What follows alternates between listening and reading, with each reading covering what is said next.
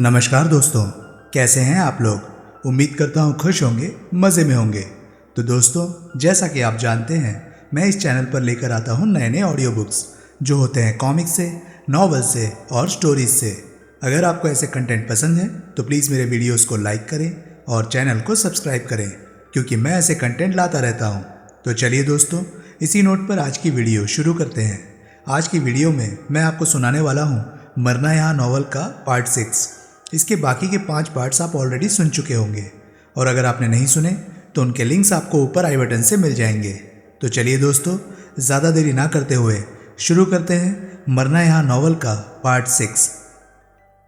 9:15 बजे तक तुकाराम के वर्सोवा वाले मकान में सब जने जमा थे, सिवाय रुस्तम भाई अंधेरी वाला के। रुस्तम भाई का अभी भी कुछ पता नहीं था। विमल खुद इस बात की तस्दीक कर चुका था कि ना वो अपने घर पहुंचा था और ना अपने अंधेरी वाले ऑफिस में। लोगों को बस स्टैंड से मकान तक लाने की जिम्मेदारी वागले पर छोड़कर विमल खुद रुस्तम भाई की फिराक में गया था। उसके लौटने तक सब जने मकान पर पहुंच चुके थे। वो वहां पहुंचा तो उसने सबको तुकाराम के पलंग के गिर्द कुर्सियां डाले बैठा पाया। सोहल आ गया। विमल को देखते ही जयरत नकली खुशी का इजहार करता हुआ बोला, ज़रूर माल की कोई खबर लाया होगा, या शायद माल ही साथ लाया हो। विमल ने यूं उसकी तरफ देखा जैसे फैसला न कर पा रहा हो कि वो उसका कत्ल कर दे या फिलहाल उसके हाथ पांव तोड़कर ही सब्र कर ले। अकबर ने चेतावनी भरे ढंग से जयरत का कंधा दबाया, लेकिन ऐसा ना लगा जैसे जयरत ने उस चेतावनी की परवाह की हो। रुस्तम भाई का अभी कोई पता नहीं, विमल एक खाली कुर्सी पर बैठता हुआ बोला। वो अब तक, जयरत बोला, माल के 4 सूटकेसों के साथ दुबई पहुंच चुका होगा। अच्छा, विमल बोला। हाँ, फिर तो ये मीटिंग बेमानी है। जब माल हमारी पहुंच से बाहर निकल गया है तो यहाँ जमा होने का क्या मतलब। फिर तो अपने अपने घर पहुंचो सब लोग, कोई अपनी जगह से ना हिला। तुम, विमल जयरत से बोला, काफ़ी भौंक चुके हो, या अभी और भौंकोगे। यहाँ बोलने पर पाबंदी है, जयरत भुनभुनाया। बोलने पर पाबंदी नहीं है, भौंकने पर भी पाबंदी नहीं है। तुम जी भरकर भौंक सकते हो, मतलब की बातें बाद में हो जाएंगी, उनके लिए सारा दिन पड़ा है। तुम मेरी तौहीन कर रहे हो, जो कि तुम्हें महसूस नहीं हो रही होती तो थोड़ी देर थोबड़ा बंद करके बैठे होते। जयरत, इस बार अकबर बोला, चुप कर। लेकिन, कहा ना चुप कर। जयरत भुनभुनाता हुआ चुप हो गया। विमल भंडारी की तरफ घुमा। पुलिस तुम तक पहुंची? वो बोला। पहुंची। भंडारी सहमति में सिर हिलाता हुआ बोला। पहुंचना ही था। हुआ क्या? मुझे कबूल करना पड़ा कि वो फ्लैट मेरे कब्जे में था और मरने वाली मेरी रखैल थी। कत्ल का रिश्ता मेरे साथ जोड़ने में वे लोग पूरी तरह से नाकाम रहे थे। मेरी खुशकिस्मती थी कि कल के वक्त की मेरे पास अकाट्य एलिबाई थी। उन्होंने मेरे से तुम्हारे बारे में भी बहुत सवाल किए थे, तो मैंने फ्लैट में तुम्हारी मौजूदगी से पूरी तरह नावाकिफियत जाहिर की। मैंने कहा था कि मैं तो कई दिन से वहाँ नहीं जा पाया था। ज़रूर तुम्हारा मरने वाली से सीधे कोई रिश्ता था। पुलिस को विश्वास आ गया था तुम्हारी बात पर। जैसी जान उन्होंने मेरी खाई थी, उससे लगता तो नहीं था कि उन्हें मेरी बात पर विश्वास आया हो। अब क्या स्थिति है? वक्ती तौर पर उन्होंने मेरा पीछा छोड़ दिया है, लेकिन मेरी जान अभी भी सांसद से निकली नहीं मालूम होती। तुम्हारा, मेरा और मंजुला का तिकोन मुझे बहुत ख़राब कर सकता है। एसीपी देवड़ा को बहुत पहले से मुझ पर शक है कि पेंटिंगों की चोरी में मेरा हाथ है। तुम्हारा नाम उस वारदात से यकीनी तौर पर जुड़ ही चुका है। अब मंजुला को केंद्र बिंदु मानकर वे तुम्हारे मेरे गठजोड़ पर विचार ज़रूर करेंगे। मेरा मंजुला से अवैध संबंध था। तुम मेरे फ्लैट में उसकी लाश के करीब पाए गए थे। ये बात उनको बहुत मानीखेज लग सकती है। वे इससे बहुत खतरनाक मेरे लिए नतीजा निकाल सकते हैं। साबित कुछ नहीं कर सकते। अगर कर सके, भंडारी रूंधे स्वर में बोला, तो मैं बेमौत मारा जाऊंगा। हौसला रखो, कुछ नहीं होता। तुम इतने बड़े सूरमा बनते हो, उस लड़की की हिफाजत नहीं कर सके। मैं वहाँ लड़की की हिफाजत के लिए मौजूद नहीं था। तुम माल की हिफाजत भी तो नहीं कर सके। विमल निरुत्तर हो गया। हादसा किसी के साथ भी हो सकता है, तुकाराम बोला। जयरत बड़े व्यंग्यपूर्ण भाव से हंसा। अकबर ने उसे कोहनी मारी तो वो खामोश हुआ। माल कहीं नहीं जाता, विमल बोला। मैं माल को तलाश करके रहूँगा। मैं इन नारों से नहीं बहलने वाला, जयरत बोला। मुझे दिखाई दे रहा है। एकाएक विमल की आंखों में एक बेहद सर्द भाव आया। उसने अपलक जयरत की ओर देखा। लेकिन तू बहलेगा, अलग से बहलाऊंगा मैं तुझे। इस बार जयरत विचलित हुआ। उसने बेचैनी से पहलू बदला और फिर परे देखने लगा। जयरत, तुकाराम बोला, इधर मेरी तरफ देख। जयरत ने तुकाराम की तरफ गर्दन घुमाई। तू क्या चाहता है? मैं कुछ नहीं चाहता, मैं सिर्फ अपना हिस्सा चाहता हूँ। तेरा हिस्सा तुझे मिलेगा, ज़रूर मिलेगा। इस जमात में शामिल होने की दावत तुझे मैंने दी थी, और किसी पर नहीं तो मुझ पर भरोसा रख, या कह कि मुझ पर भरोसा नहीं। मुझे आप पर भरोसा है, तो फिर फालतू बोलना बंद कर और चुपचाप बैठ। ये ठीक कह रहे हैं, अकबर जल्दी से बोला। अच्छा, जयरथ बोला। अच्छा। तभी वागले सबके लिए चाय ले आया। अब आगे क्या करना है? रामन्ना बोला। जो आगे करना है, विमल बोला, वो एक निहायत अहम सवाल के निहायत ईमानदाराना जवाब पर मुनहसर है। ये फैसला तो हो ही चुका है कि ये काम हम में से किसी का नहीं है। रुस्तम भाई यहाँ मौजूद नहीं है, अकबर बोला। उसके बारे में ये फैसला नहीं हो चुका। ये काम रुस्तम भाई का नहीं हो सकता। उसका होता तो वो रामन्ना के घर के आगे मुझ पर हमला करने के लिए ना रुका होता। वो गायब है। उसके गायब होने की कोई और वजह भी हो सकती है। और क्या वजह हो सकती है? कोई भी और वजह। तुम, भंडारी बोला। सोहल को आगे बढ़ने दो, इसे अपनी बात मुकम्मल करने दो। अकबर खामोश हो गया। तुम्हारे वो अहम सवाल क्या थे? भंडारी विमल से बोला। वो सवाल मैं कुछ से पूछ चुका हूँ, कुछ से नहीं पूछ पाया, विमल बोला। जिनसे पूछ चुका हूँ उनसे दोबारा पूछना चाहता हूँ।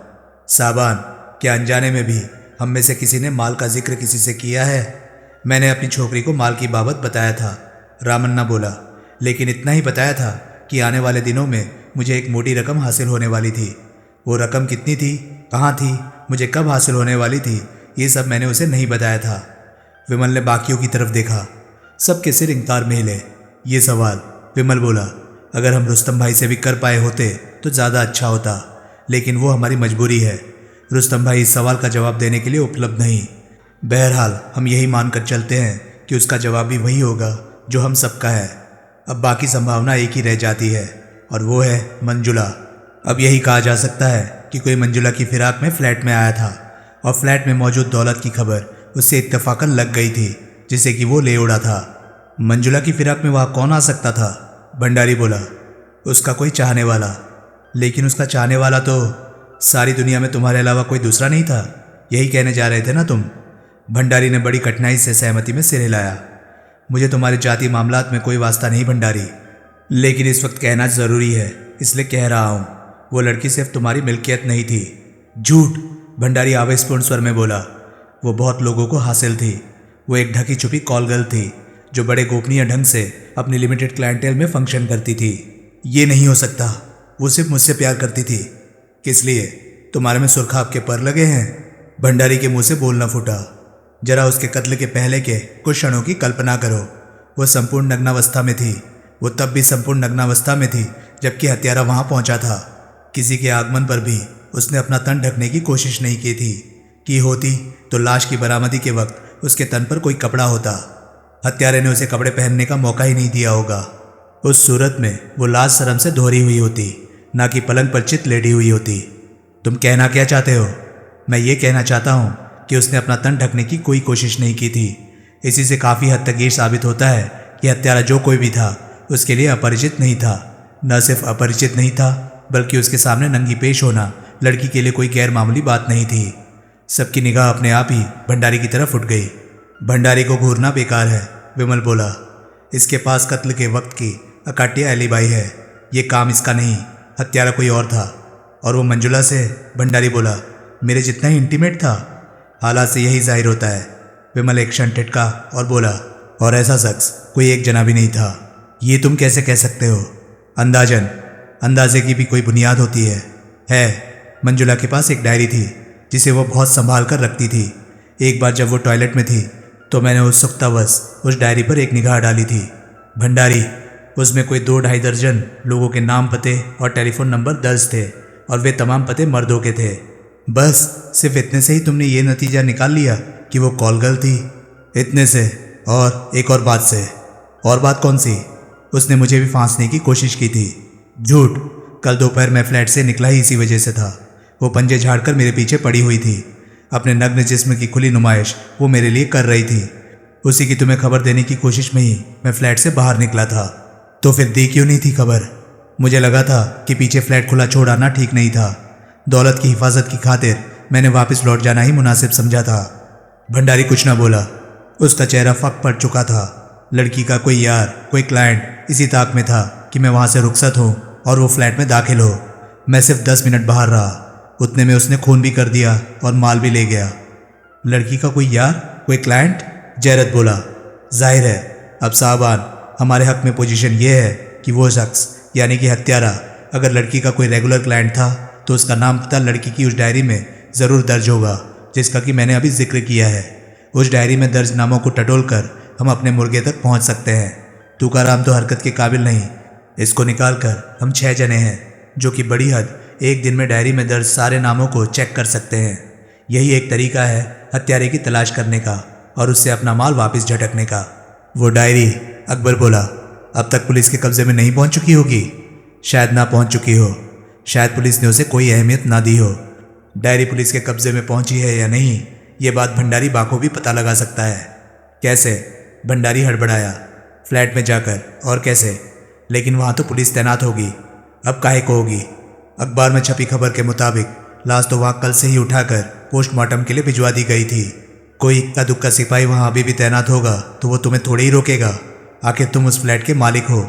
मैंने वहाँ जाकर डायरी तलाश करनी है? वो अनिश्चित भाव से बोला। हाँ, अगर डायरी पुलिस ले गई हुई तो हमें वे पते पुलिस से हासिल करने होंगे। सबने यूं हैरानी से विमल की तरफ देखा जैसे उसका सिर फिर गया हो। आप लोगों को फिक्र करने की ज़रूरत नहीं, विमल बोला। वैसी नौबत आई तो ये काम मैं करूँगा। कैसे? कैसे भी करूँगा, मगर करूँगा। आखिर उस डायरी पर ही हमारे भविष्य की तमाम उम्मीदों का दारोमदार है। लेकिन बात की बात बाद में देखी जाएगी। शायद उसकी नौबत ही ना आए। शायद डायरी भंडारी को फ्लैट में ही मिल जाए। सबने सहमति में सिर हिलाया। फिर तत्काल भंडारी को बांद्रा के लिए रवाना कर दिया गया। इंस्पेक्टर चटवाल भिंडी बाजार के इलाके में पहुंचा। उसका लक्ष्य वहां की एक चौल थी जिसकी एक खोली में पुलिस का पुराना मुखबिर बदरुल हसन रहता था। हसन उसे अपनी खोली के सामने बरामदे में एक चटाई पर सोता मिला। चटवाल ने पांव की ठोकर मारकर उसे जगाया। हसन ने भुनभुनाते हुए आंखें खोली। चटवाल पर निगाह पड़ते ही वो उछलकर खड़ा हो गया। बाप, वो हड़बड़ाया, तुम इधर? भीतर चल, चटवाल क्रूर स्वर में बोला। आप मेरे को बुलाया होता? भीतर चल, सुना नहीं? हसन ने खोली की कुंडी खोली और भीतर दाखिल हुआ। चटवाल ने भी उसके पीछे कमरे में कदम रखा। उसने अपने पीछे दरवाज़ा बंद किया और हसन को गिरेबान से दबोच लिया। बाप, हसन की आंखें फट गई। वो उसकी पकड़ में छटपटाता हुआ बोला, अपन क्या किएला है? कुछ नहीं। तो फिर? मैं तुझे कुछ कहने जा रहा हूँ, उसे गौर से सुन, मुझे कोई बात दोहरानी ना पड़े। बोलो बाप। तू होश में है? बरोबर, पूरे होश में है ना? जो मैं कह रहा हूँ उसे सुन ही रहा है या समझ भी रहा है? अपन बरोबर होश में है बाप। नींद से जाग चुका है ना? हाँ, तो सुन, पहले एक नाम याद कर ले, प्रेम मलानी। क्या? प्रेम मलानी, हसन ने दोहराया। बाप, गिरेबान तो छोड़ दो, दम घुटेला है। चटवाल ने गिरेबान छोड़ा नहीं, सिर्फ अपनी पकड़ तनिक ढीली कर दी। ये आदमी बांद्रा वेस्ट के इलाके में हिल रोड पर बनी 8 नंबर की इमारत के चौथे माले पर रहता है। पता सुना? बरोबर सुना बाप। हसन, ये पता कल सुबह तूने मुझे बताया था। अपुन ने बताया था? हाँ, पर ज्यादा सी बात नहीं। अभी जिंदा रहना चाहता है तो ज्यादा सी बात नहीं। ठीक है, वो मरे स्वर में बोला। ये नाम पता अपुन तुम्हारे को बताया था। तुझे कहीं से टिप मिली थी कि ये आदमी प्रेम मलानी अंधेरी के इलाके में हुई कई चोरियों का सुराग दे सकता था, माल पकड़वा सकता था। ऐसा अपन को बोलना है? हाँ, ठीक है, बोलेंगा, बरोबर बोलेंगा। शाबाश। लेकिन कब बोलेगा? किसको बोलेगा? शायद कभी नहीं, शायद किसी को नहीं। तो फिर? लेकिन अगर कभी पूछा, अगर किसी ने पूछा तो तूने यही कहना है। ठीक? ठीक। क्या कहना है? हसन ने दोहराया। शाबाश। चटवाल ने एक आखिरी झटका देकर उसका गिरेबान छोड़ दिया। अब समझ ले तेरी जान बच गई। बाप, अपन तो तुम्हारी बकरी है, तभी तो सलामत है, तभी तो अभी तक हलाल होने से बचा हुआ है। कोई और खिदमत हो तो बोलो बाप, फिलहाल इतना ही काफ़ी है। और किसी को बोलने का नहीं कि मैं इधर आया था। नहीं बोलेंगा बाप। काहे को बोलेंगा? ये चाल क्या तुम्हारे इधर आने के काबिल है? अपन क्या तुम्हेरा? बस बस, जैसी बात नहीं। हसन खामोश हो गया। चटवाल उसे आखिरी बार घुड़क कर, आखिरी बार अपनी अंगारे जैसी आंखों का जलवा दिखाकर वहां से विदा हो गया। भंडारी 1.5 घंटे में वापस लौटा, डायरी के साथ। उसने बताया कि वहां केवल एक सिपाही तैनात था जो पिछली रात उससे हुई पूछताछ की वजह से उसे पहचानता था। उसने भंडारी को फ्लैट में दाखिल होने से नहीं रोका था। वैसे भी पुलिस अपना वहां का काम मुकम्मल कर चुकी थी और वो सिपाही भी वहां से वापस बुला लिए जाने के आदेश की ही प्रतीक्षा कर रहा था। डायरी उसे बड़ी सहूलियत से हासिल हो गई थी। कहीं ऐसा तो नहीं, जयरत बोला, कि पुलिस ने इसमें लिखे पते नोट करके डायरी फिर से वापस वहां रखी हो? ऐसा है भी तो क्या हुआ? विमल बोला। उस सूरत में पुलिस भी तो डायरी के नामों को चेक कर रही होगी। तब क्या हमारा और पुलिस का रास्ता क्रॉस नहीं होगा? हम सावधान रहेंगे तो नहीं होगा। पुलिस उन नामों को चेक कर रही होगी तो वे लोग हर शख्स के सिर पर ही तो नहीं बैठे रहेंगे। जो नाम चेक हो जाएगा वे उससे आगे बढ़ेंगे। हम सावधान रहेंगे तो पुलिस से हमारा रास्ता क्रॉस नहीं होगा। हम चेक करेंगे क्या? ये मैं अभी समझाऊंगा। पहले एक समस्या और है। क्या? तुका, यहाँ कहीं हमें टेलीफोन उपलब्ध नहीं हो सकता? हो सकता है, तुकाराम बोला। यहाँ एक और मकान है जो खाली पड़ा है, जो मेरे अधिकार में है। वहाँ टेलीफोन तो है लेकिन उसमें फर्नीचर वगैरह कुछ नहीं है और छोड़ा हुआ होने की वजह से वो साफ भी नहीं है। सफाई हो जाएगी और फर्नीचर बिना गुजारा चल सकता है। मेरी राय है कि जब तक ये सिलसिला किसी सिरे से नहीं लगता हम सब लोग यहीं रहें। मैं नहीं रह सकता। भंडारी ने तुरंत प्रतिवाद किया। मैं घर गृहस्थी वाला आदमी हूँ। मेरा अपने परिवार के साथ मौजूद रहना ज़रूरी है। ऊपर से मुझे पुलिस की वार्निंग है कि मैं उनसे संपर्क बनाए रखूं। ठीक है, तुम शाम को अपने घर चले जाना। मैं अपनी छोकरी के बिना नहीं रह सकता, रामन्ना बोला। दिन को तू काम करेगा या छोकरी को साथ ले लेकर फिरेगा? तुकाराम ने पूछा। नहीं, रामन्ना बोला, लेकिन रात को? ठीक है, रात को बुला लाना। वहाँ बहुत कमरे हैं। रामन्ना खामोश हो गया। तुम जोड़ीदारों की कोई प्रॉब्लम हो? विमल बोला। अकबर और जयरथ ने इनकार में सिर हिलाया। गुड, अब सुनो कि कैसे लिस्ट के नामों को चेक करना है। जिस रोज़ मंजुला की हत्या हुई थी उसी रोज़ से मुंबई में भारत और वेस्ट इंडीज़ के बीच क्रिकेट टेस्ट मैच शुरू हुआ था। मुंबई दूरदर्शन ने टेस्ट मैच के मुंबई से सीधे प्रसारण का प्रबंध किया था। लिस्ट के नामों को चेक करने की तरकीब उस टेस्ट मैच के टेलीविज़न पर दिखाए जाने पर आधारित थी। लिस्ट के नामों में जो कोई भी पिछली दोपहर को टेलीविज़न पर टेस्ट मैच देख रहा था वो मंजुला का हत्यारा नहीं हो सकता था। अलबत्ता ज़रूरी नहीं था कि हत्यारा वो शख्स होता जो कि टेस्ट मैच नहीं देख रहा था, लेकिन 30 नामों की लिस्ट को सेंसर करने का फिर भी वो बेहतरीन तरीका था। बाकी बचे नामों को दूसरे राउंड में किसी और तरीके से चेक किया जा सकता था। रामन्ना अपने हिस्से आए नामों में से 3 नाम चेक कर चुका था। वे तीनों शख्स सारा दिन गूंद की तरह टेलीविज़न से चिपके रहे थे और एक क्षण के लिए भी अपने घर से बाहर नहीं निकले थे। उसने तुकाराम को फ़ोन करके वे तीनों नाम लिस्ट में से कटवा दिए थे। हर चेकिंग के बाद फ़ोन करने का सिलसिला इसलिए निर्धारित किया गया था ताकि अगर उन्हें अपने मुर्गे की बीच में ही खबर लग जाए तो बाकी की चेकिंग में वक्त बर्बाद ना किया जाए और ऑपरेशन को वहीं ड्रॉप करके सबको वापस बुला लिया जाए। अब वो चौथे नाम को चेक करने की खातिर चिंचपोकली के इलाकों में पहुंचा हुआ था। वो इस ख्याल से रह रहकर विचलित हो जाया करता था कि हत्यारा उसकी लिस्ट में बाकी बचे 2 नामों में से कोई हो सकता था और उसी के पास 6 करोड़ की रकम से भरे 4 सूटकेस हो सकते थे। ऐसा आदमी उसके लिए निहायत खतरनाक साबित हो सकता था, इसलिए वो अपने साथ एक भरी हुई रिवॉल्वर लेकर आया था। उस रिवॉल्वर का जिक्र उसने अपने साथियों से नहीं किया था। रिवॉल्वर वो संकट की घड़ी में इस्तेमाल करने के इरादे से साथ लाया था, लेकिन फिर भी वो भगवान से प्रार्थना कर रहा था कि हकीकतन उसे इस्तेमाल करने की नौबत ना आए। लिस्ट के चौथे आदमी का घर एक इमारत की 3री मंजिल पर निकला। सीढ़ियाँ तय करके वो 3री मंजिल तक पहुँचा। वहाँ 2 फ्लैट और थे, लेकिन दोनों को बाहर से ताला लगा हुआ था। केवल उसी फ्लैट पर ताला नहीं था जिसकी फिराक में वो वहाँ आया था। अपने कोट की दाईं जेब में पड़ी रिवॉल्वर टटोल कर वो पहले आश्वस्त हुआ कि वो यथास्थान मौजूद थी और फिर उसने कॉल बेल बजाई। भारी भरकम चेहरे वाले एक अधेड़ व्यक्ति ने दरवाज़ा खोला। रामन्ना ने अपने हाथों में एक नोटबुक और बॉल पॉइंट पेन थामा हुआ था और उसका पोज ऐसा था जैसे वो तत्काल कुछ नोट करने को तत्पर था। क्या है? वो आदमी बोला। इस घर के मालिक आप हैं? रामन्ना बड़े विनयशील स्वर में बोला। ठिकना तो वो था ही।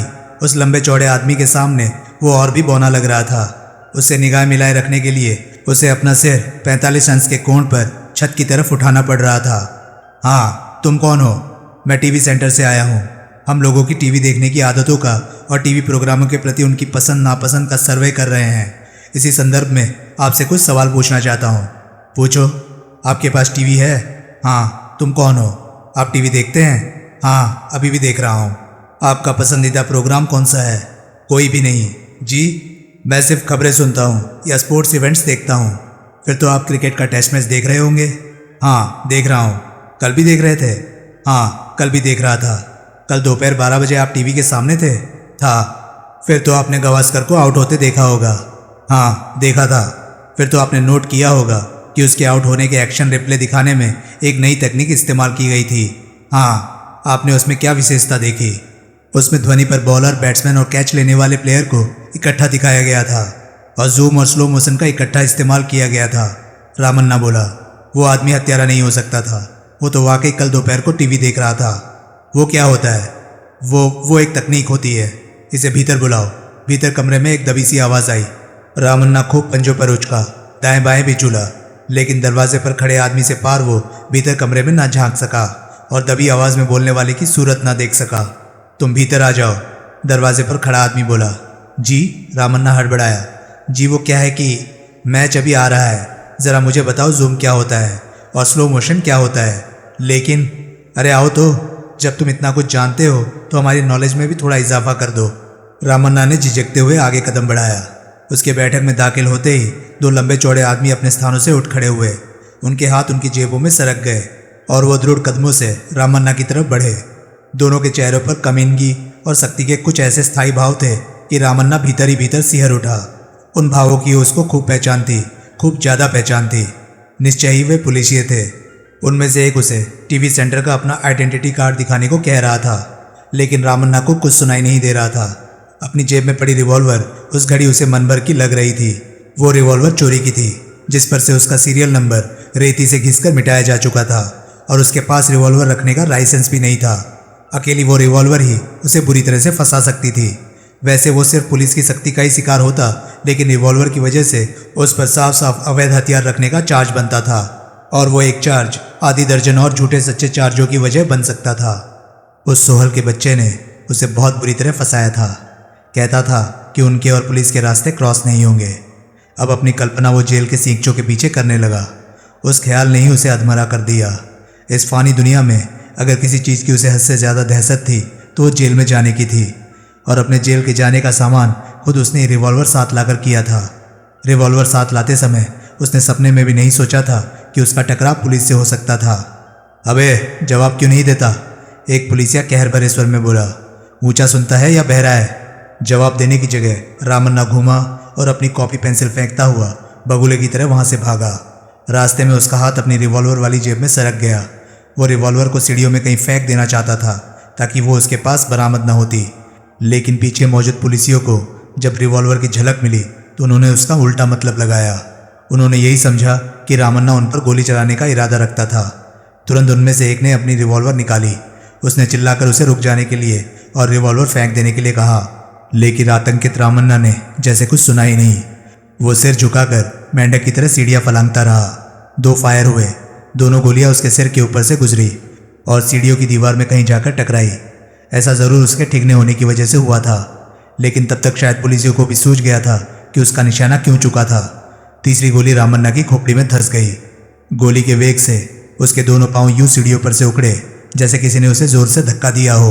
वो पछाड़ खाकर सीढ़ियों पर गिरा और उसका शरीर सीढ़ियों पर से लुढ़कने लगा। आखिरी सीढ़ी तक पहुंच सकने से पहले ही 75 लाख रुपए के अपने हिस्से का तलबगार विजय रामन्ना स्वर्गीय विजय रामन्ना बन चुका था। एसीपी मनोहर देवड़ा अपने कमिश्नर के सामने हाजिर था। सर, वो तत्पर स्वर में बोला, अभी कुछ ऐसे वाकयात सामने आए हैं जिनको फौरन आपकी जानकारी में लाना मैंने ज़रूरी समझा था। कोई नई बात? कमिश्नर भवे उठाकर बोला। जी हाँ, नई भी और उम्मीद अफजा भी। मैं सुन रहा हूँ। सर, हालात साफ इशारा करते हैं कि आलमगीर आर्ट गैलरी से फ्रांसीसी पेंटिंगों की चोरी के नाटक का उनके बदले फ्रांसीसी कल्चरल अटैची द्वारा अदा की गई 6 करोड़ रुपए की रकम की फिरौती का और कल दोपहर को बांद्रा में हुए मंजुला नाम की लड़की के कत्ल का आपस में कोई रिश्ता है। कैसे? कत्ल के बाद मौका वारदात पर पहुंचे हमारे एक हवलदार ने वहां मौजूद सरदार सुरेंद्र सिंह सोहल को पहचाना था। उसने ठीक पहचाना था, वो सोहल ही था।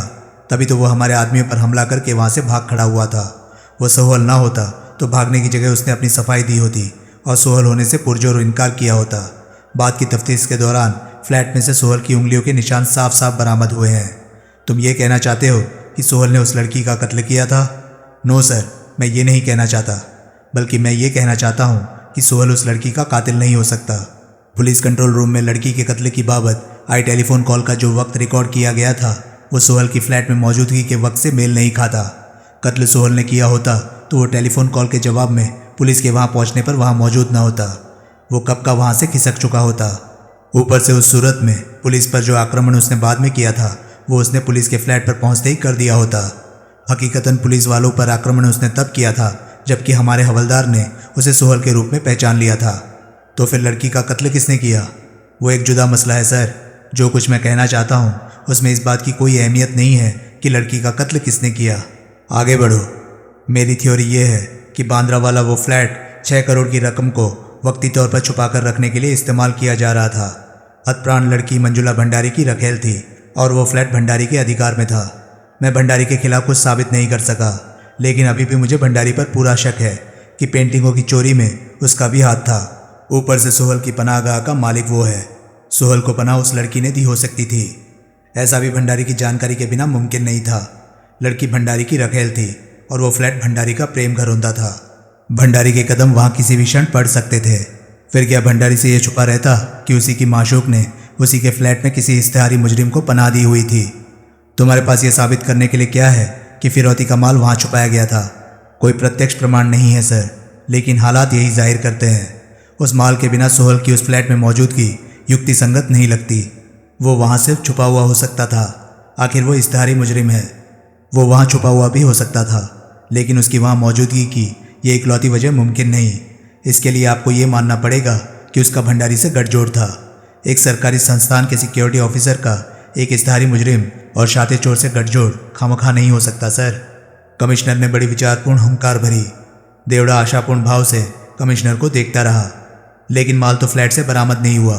कुछ समय खामोश रहने के बाद कमिश्नर बोला, अब क्या तुम ये कहना चाहते हो कि मौका वारदात पर पहुंचे हमारे आदमियों पर हमला करने के बाद वो माल सोहल ले गया? जी नहीं, देवड़ा बोला। सोहल को इतना माल ढोने लायक वक्त उपलब्ध नहीं था। वो हमारे आदमियों पर आक्रमण करते ही वहां से भाग खड़ा हुआ था। नीचे पुलिस की जीप में जो ड्राइवर बैठा था, जिसने सोहल को पहचाना नहीं था और जिसको सोहल ने बहाने से ऊपर फ्लैट में भेज दिया था, उसका कहना है कि भागते वक्त सोहल के हाथ में सिर्फ कैनवस का एक बैग था। एक हाथ में ढोए जा सकने वाले कैनवस के बैग में 6 करोड़ की रकम नहीं समा सकती सर। तो फिर माल कहाँ गया, कब गया, कैसे गया? ये भी एक मिस्ट्री है सर, देवड़ा दबे स्वर में बोला, जिसका फिलहाल कोई जवाब नहीं। माल वहाँ होगा ही नहीं sir. I again submit that it is not stand to reason. अगर सोहल वहाँ था तो माल का वहाँ होना ज़रूरी था। तुमने इस बाबत भंडारी से बात की? जी हाँ की, खुद की। वो क्या कहता है? वो सिर्फ इतना कबूल करता है कि फ्लैट उसका था और लड़की उसकी रखेल थी। इसके अलावा वो हर बात से अनभिज्ञता जाहिर करता है। हमने कहा था कि लड़की का कोई और यार होगा जिसने ईर्ष्या की भावना से प्रेरित होकर उसकी हत्या कर दी होगी, लेकिन उसकी यही जिद थी, निहायत अहमकाना जिद थी कि लड़की उसके लिए पूरी तरह से वफादार थी। ना उसका कोई यार था, ना हो सकता था। लड़की कैसी थी? फ्लैट का रखरखाव कैसा था? दोनों चीज़ें बढ़िया। ऐश्वर्यशाली नहीं तो शानदार तो सरतिया। सर, भंडारी जैसे साधनों वाला आदमी ऐसा कीमती रहन सहन और ऐसी शानदार लड़की आम हालात में अफोर्ड नहीं कर सकता था। ये अपने आप में इस बात की तरफ इशारा है कि अपनी अय्यासी बरकरार रखने के लिए उसे जो दौलत दरकार थी, उसी की खातिर उसने चोरों से गठजोड़ किया था। लेकिन हमारे पास इस बात का कोई सबूत नहीं। देवड़ा ने बड़े खेतपूर्ण ढंग से इंकार में सिर हिलाया। फिर फ्लैट में मौजूद लड़की के साजो सामान की तलाशी के दौरान लड़की की एक डायरी हमारे हाथ में लगी थी। उस डायरी में कोई 2.5 दर्जन आदमियों के पते लिखे हुए थे। उन पतों की वजह से हमें यह संभावना दिखाई दी थी कि लड़की सिर्फ भंडारी की प्रॉपर्टी नहीं थी, बल्कि वो ढकी छुपी कॉल गर्ल भी थी। उन नाम पतों को चेक करने के लिए मैंने 2 आदमी तैनात किए थे। मैंने रूटीन के तौर पर ऐसा किया था। हकीकतन मुझे उससे कुछ भी हासिल होने की उम्मीद नहीं थी, लेकिन देवड़ा एक क्षण ठिठका और फिर बड़े नाटकीय स्वर में बोला, हासिल हुआ। क्या हासिल हुआ? हमारे आदमी जब चिंचपोकली के इलाके में एक आदमी से पूछताछ करने पहुंचे थे तो वहां एक और आदमी पहुंच गया था। वो अपने आप को टीवी सेंटर का आदमी बता रहा था और ऐन उस वक्त की बाबत फ्लैट के मालिक से सवाल पूछ रहा था, जबकि कल बांद्रा में मंजुला का कत्ल हुआ था। इस बात से हमारे आदमियों का माथा ठनका था। उन्होंने उस आदमी को भीतर बुलाया था। भीतर आने पर वो किसी तरह भांप गया था कि उसे भीतर बुलाने वाले आदमी पुलिस के थे। वो फौरन वहां से भाग खड़ा हुआ था। हमारे आदमियों के लिए वो सख्त हैरानी की बात थी। उससे ज़्यादा हैरानी की बात यह हुई कि वो निर्दोष सा लगने वाला टीवी सर्वेयर हथियारबंद था। हथियारबंद था? जी हाँ, न सिर्फ हथियारबंद था बल्कि हथियार को इस्तेमाल करने का भी इरादा रखता था। उसने रिवॉल्वर निकाल भी ली थी। तभी मजबूरन हमारे आदमियों को उस पर फायर करना पड़ा था। हालांकि हमारे आदमियों का उसे जान से मारने का कोई इरादा नहीं था, लेकिन इत्तेफाक ऐसा हुआ कि गोली उस आदमी की खोपड़ी पर लगी और वो वहीं इमारत की सीढ़ियों में ही गिरकर मर गया। हकीकतन वो टीवी सेंटर का आदमी नहीं था। जी नहीं, तो कौन था? उसकी जेब से कमर्शियल व्हीकल चलाने का ड्राइविंग लाइसेंस बरामद हुआ था, जिसके मुताबिक उसका नाम विजय रामन्ना था। फिर मामूली पूछताछ से ही मालूम हो गया था कि वो एक टैक्सी ड्राइवर था। जो कि किराए की टैक्सी चलाता था और फारस रोड का टैक्सी स्टैंड जिसका पक्का अड्डा था। लेकिन इस बार कमिश्नर तनिक उलझनपूर्ण स्वर में बोला, इसमें ऐसा क्या है जिसका फौरन मेरी जानकारी में लाना ज़रूरी था? सर, वो सिर्फ टैक्सी ड्राइवर नहीं था तो क्या था? वो फ्रांसीसी पेंटिंगों के चोरी का साथी था और वो उन तीनों कारीगरों में से एक था जिन्होंने आलमगीर आर्ट गैलरी के हॉल की नकली छत बनाई थी। क्या? Yes sir. कैसे मालूम हुआ? तो दोस्तों, ये था मरना यहाँ नॉवल का छठा पार्ट। आपको ये पार्ट कैसा लगा? प्लीज़ अपनी राय कमेंट सेक्शन में मुझे ज़रूर बताएं। और हाँ, अगर आपको मेरे वीडियोस पसंद आ रहे हैं तो प्लीज़ उन्हें लाइक करें और चैनल को सब्सक्राइब करें, क्योंकि मैं ऐसे कंटेंट लाता रहता हूँ। तो चलिए दोस्तों, मैं मिलता हूँ अब आपसे अगली वीडियो में। तब तक के लिए नमस्कार, गुड बाय।